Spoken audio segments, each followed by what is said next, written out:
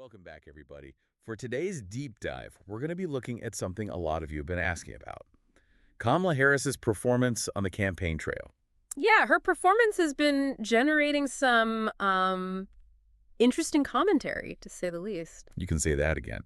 So we're going to focus specifically on this recent town hall appearance that seems to have really gotten people talking. Okay. Now, for anyone who maybe hasn't been following along super closely, a town hall is basically like a Q&A session. Yeah, it's where voters get to ask the candidates questions directly. It's supposed to be, unscripted and authentic. Exactly. But in this case, a lot of commentators felt like Harris's performance fell short of expectations. Yeah, there were definitely some critiques. Okay, so let's dig into those critiques. Our main source here is an analysis from Dana Perino on The Five. Ah, the five. Always a lively discussion. And Perino, along with some of the other commentators like Bill McGurn and Harold Ford Jr., basically argued that Harris just didn't seem very prepared. Especially when it came to, articulating clear policy positions. Right. There was a lot of talk about word salad. Ooh, yeah, that's never a good sign.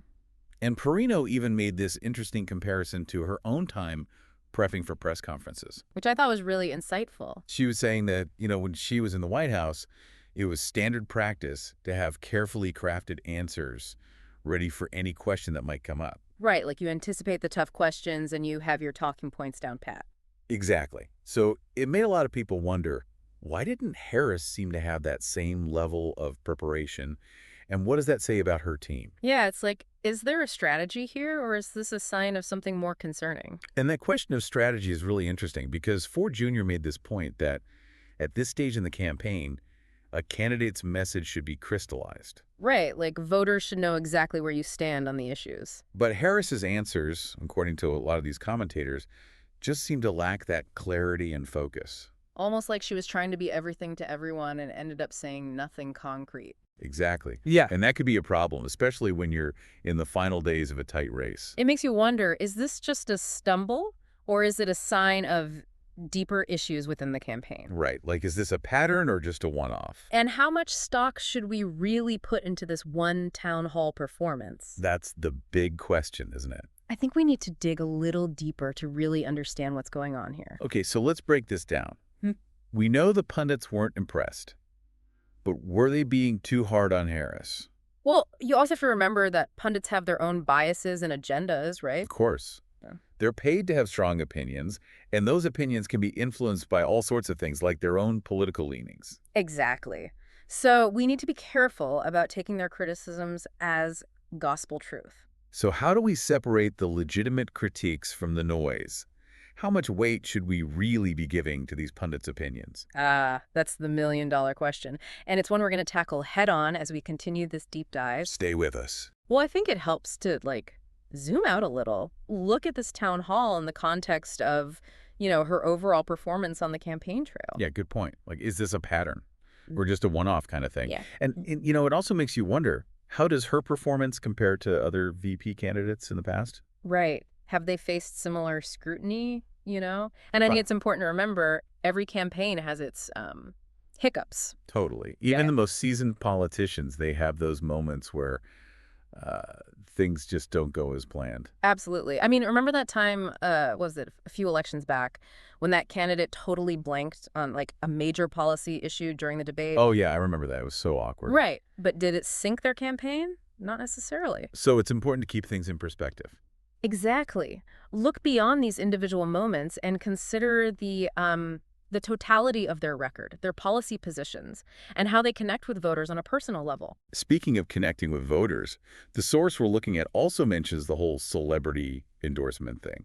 Like, can star power really move the needle? That's an interesting question. Celebrity endorsements, they definitely generate buzz and excitement, but do they actually sway voters? Right, because at the end of the day, it's the voters who decide, not Beyonce or whoever. Exactly. And I think that brings us to a really important point about, the whole role of punditry in shaping public perception. Oh, interesting.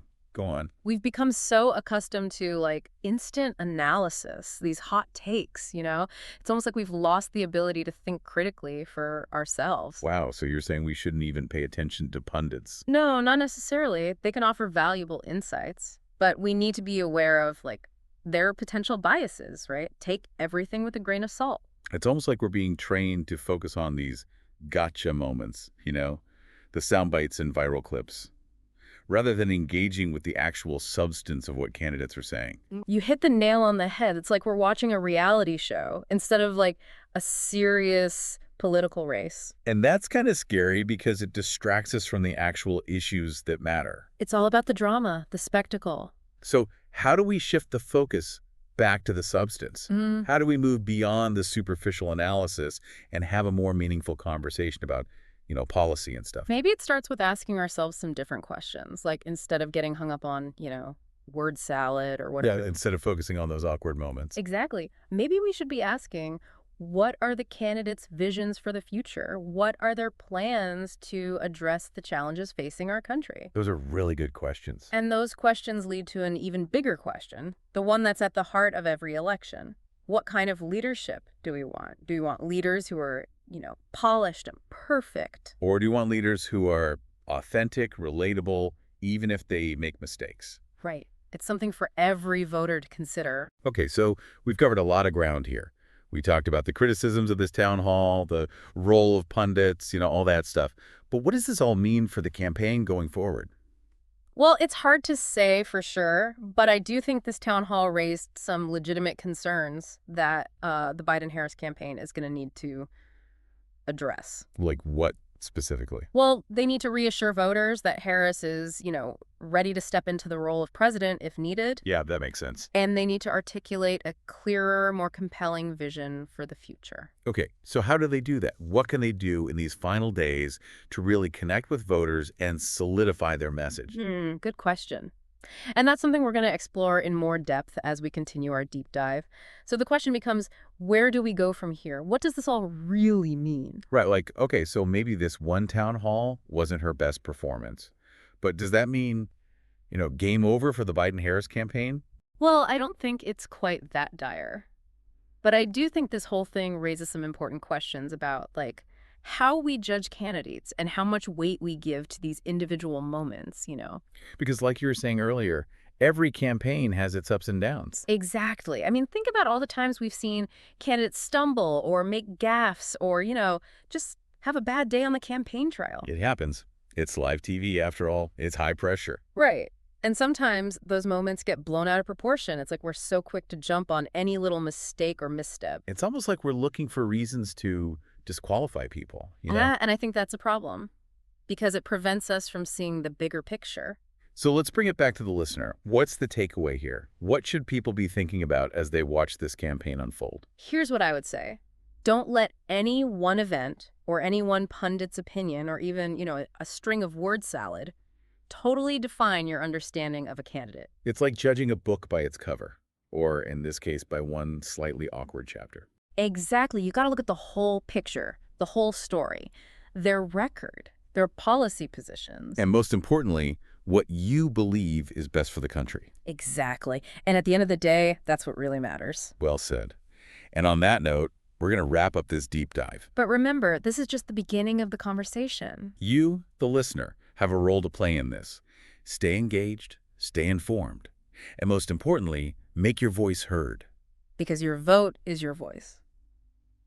Thanks for joining us on this deep dive, everybody. We'll see you next time for another fascinating exploration of the issues that matter most.